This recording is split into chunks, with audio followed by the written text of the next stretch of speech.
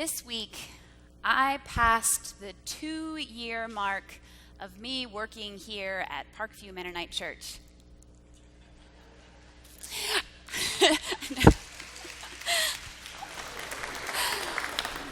A 2-year anniversary might not mean much to you, but it was still something that I wanted to pay attention to pause, take a deep breath, and to be able to look back and look forward. And now here we are. We are here in the building at the last Sunday before we move out. The boxes are packed and stored.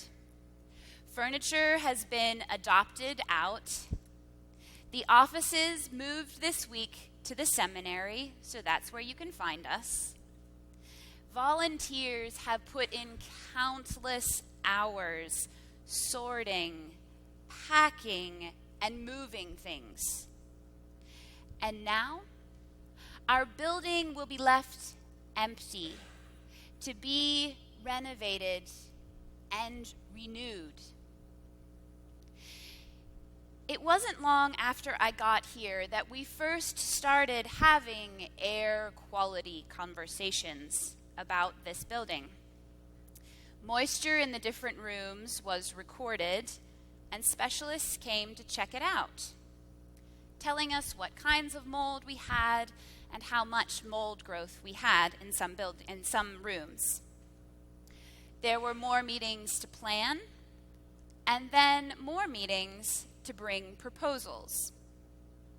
When we finally got the go-ahead, it felt kind of fast in some ways, but also like this had been coming for a long time.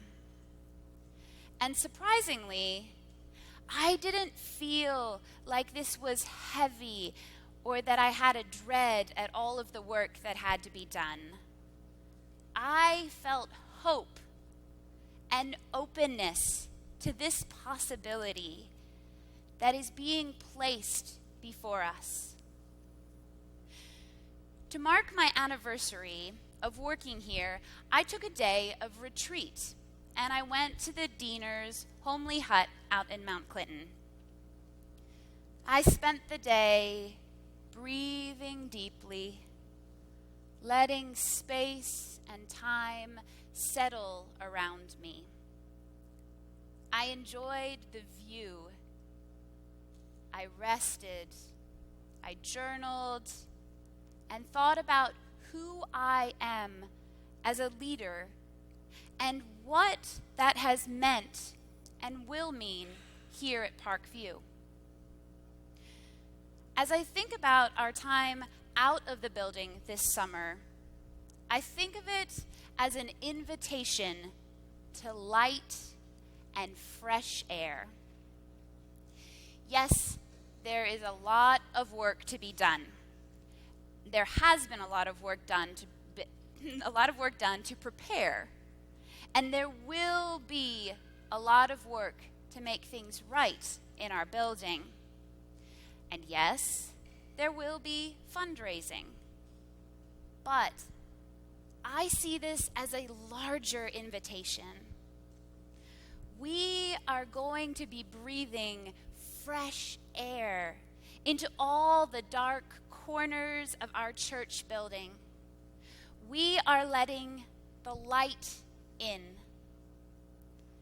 In this season of Pentecost, our building is being transformed by the very images that we put on Sophia's spirit, the holy, mysterious presence of God. Light, wind, air. We need to be people of hope and not fear in this moment.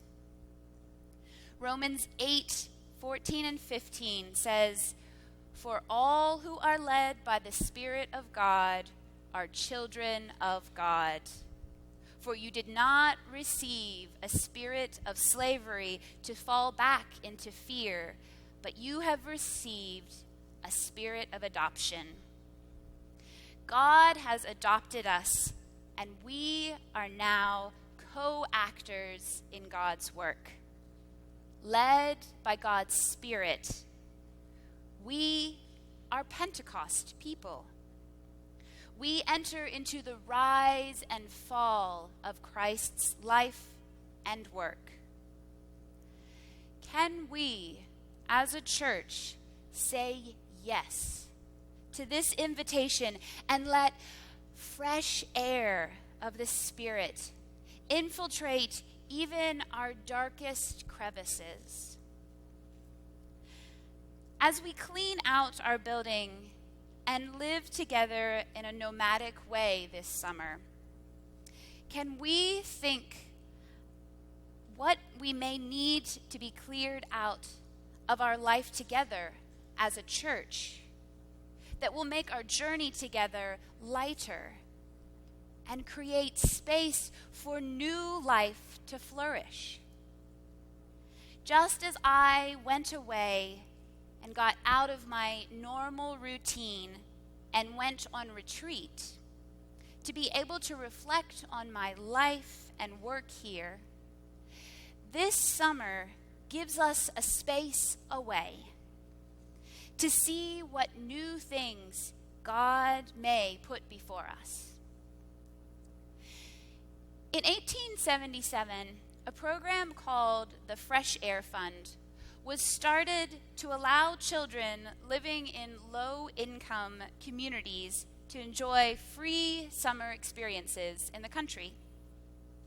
When the Fresh Air Fund began, New York City was overflowing with children living in crowded tenements. Many of these youngsters were hit by a tuberculosis epidemic, and fresh air was considered a cure for respiratory ailments. The Fresh Air Fund gives children a chance to get out of the city and be hosted by a family in the country. It allows space for these kids to connect with the world in a different way. Are we being invited to be a fresh air church, hosted in a different space, with time to look at ourselves and our world through different experiences in a new location? Are we being given the space to breathe that healing, fresh air? As I talked with the children, church is more than the building. Growing up in a house church, we used to sing a song that said, "I am the church, you are the church, we are the church together." A church is not a building. A church is not a steeple. A church is not a resting place. A church is the people. Over these last few weeks, we have farewelled Barbara, we have blessed our graduating seniors, and we have said last words over those who have died. And I've been reminded of how rich and full our life together as a church is. But the building doesn't hold that. We do. So I want you all to do this with me. I can see you, so do it with me. Okay. Here is a church. Here is the steeple. Open the doors. And here are the people. I want you to look around you at the people who are here. This is your church. This is your community that goes with you.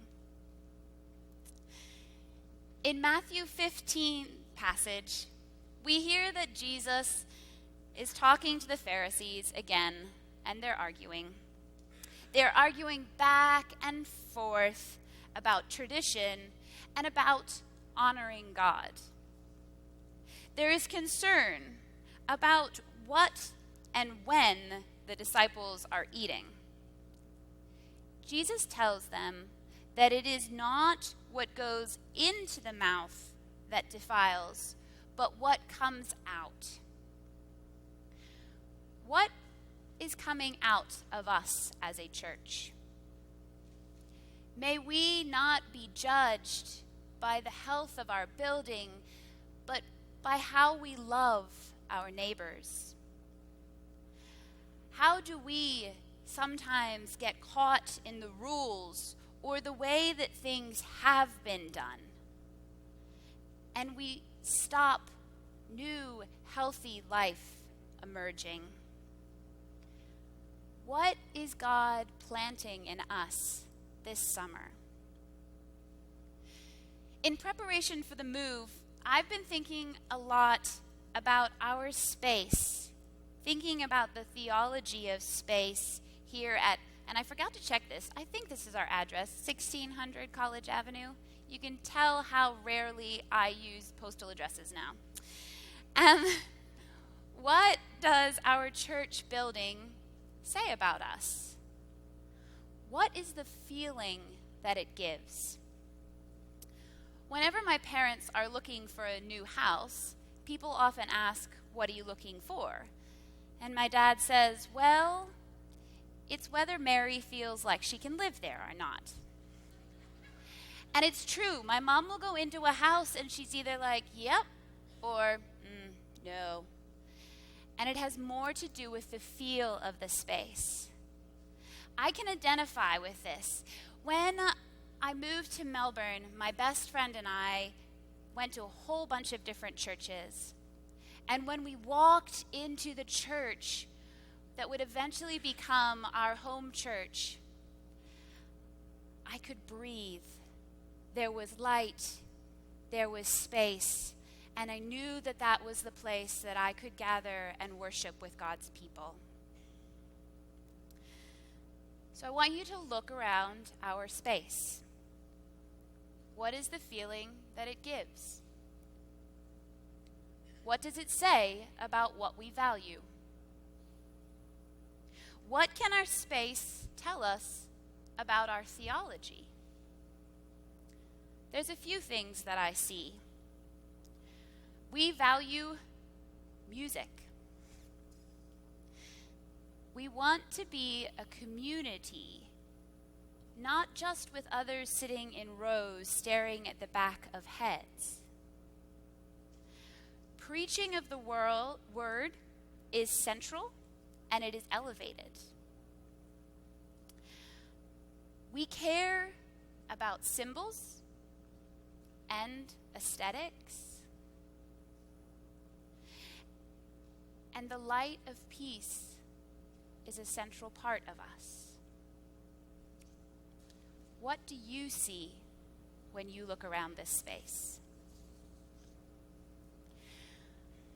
When I was in seminary, a chapel speaker encouraged us to walk the halls of our building, running our hands along the walls. What is the story that this space holds? If these walls could talk, what would they be whispering to us of the life that is held in this place? Maybe as you leave this morning, walk the halls.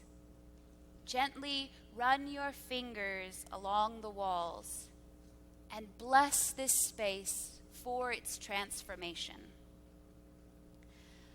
But the things that we care about and that we do together as a church here don't stop because we can't be here. One way that I like to think about church is look at the way they love each other. And that isn't defined by our building. Sometimes we feel like the building shapes or confines who we are or who we can be and what we can do. But it is about who we are in the space we shape it and it forms us. Yet this summer, our space is leading us towards more light and fresh air. Let's follow our building's leading. When we come back to our building in the fall, how can we think really carefully about our space and about what we put back in? Many of us have cleaned out houses and have moved. We sort through things and chuck things out. We discover again things that hold memories and that we love dearly. Let's do this as a church. Let's remember again why we come to this church, this place. Who do we want to be as the people of God inhabiting this space? Are there things that we might need to chuck out, purge, or get rid of? Before I close, I want us to turn for just a moment to that personal note. This is not just our communal health.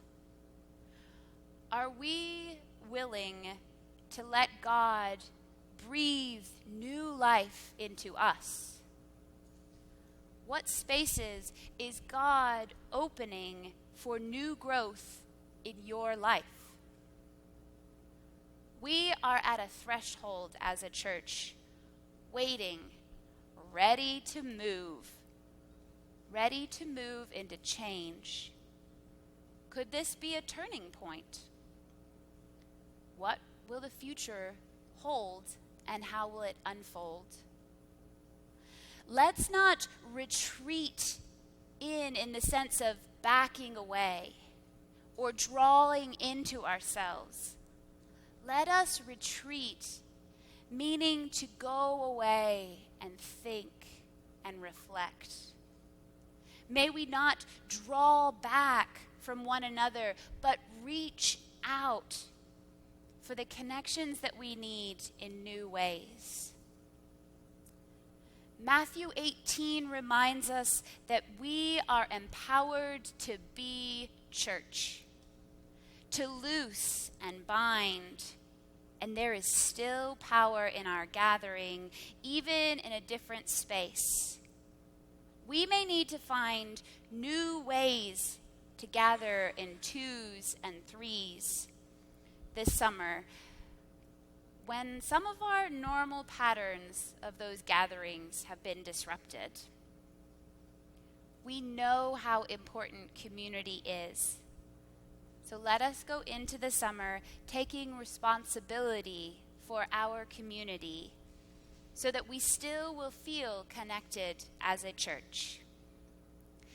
It is with excitement that I pray for this chance to let the light and air in. May God's light and spirit go into every part of us, leading us in the steps and fresh ways. Amen.